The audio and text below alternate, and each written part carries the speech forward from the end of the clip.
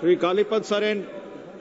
श्रद्धेय स्पीकर महोदय, আমার লোকসভা কেন্দ্রের ঝাড়গ্রাম ব্লকের চুবকা ৮ নম্বর গ্রাম পঞ্চায়েতের অধীনে আমদই ফেরিঘাটে কংসাবতী নদীর উপর অবিলম্বে একটি স্থায়ী সেতু নির্মাণ করা প্রয়োজন।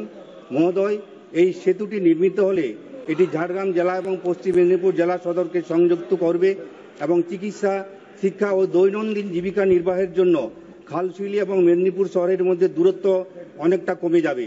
মহোদয়, বর্তমানে আমদই ফেরিঘাটে একটি অস্থায়ী বাঁশের সেতু নির্মিত হয়েছে, যার মধ্য দিয়ে প্রতিদিন খালশিউলি, মানিকপাড়া, লোধাশুলি থেকে শুরু করে গোপীবল্লভপুর পর্যন্ত কয়েক হাজার মানুষ নদী পারাপার করেন।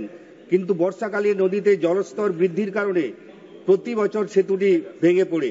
সেই সময় জীবনের ঝুঁকি নিয়ে বহু মানুষ ছোট নৌকায় নদী পারাপার করেন।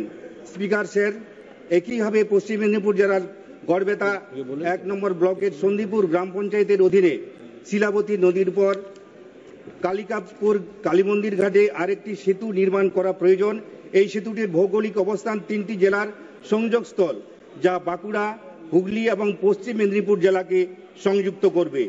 এই সেতুটি নির্মিত হলে মেদিনীপুর সদরের দূরত্ব অনেকটা কমে যাবে এবং শিক্ষার্থী, রোগী এবং নিত্যযাত্রীদের যাতায়াত অনেক সহজ হবে এবং সময়ও অনেক কম লাগবে।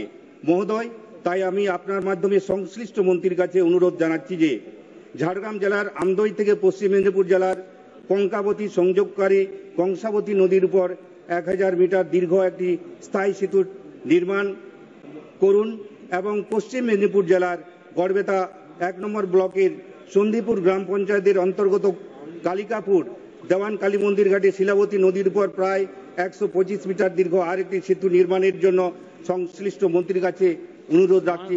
ধন্যবাদ।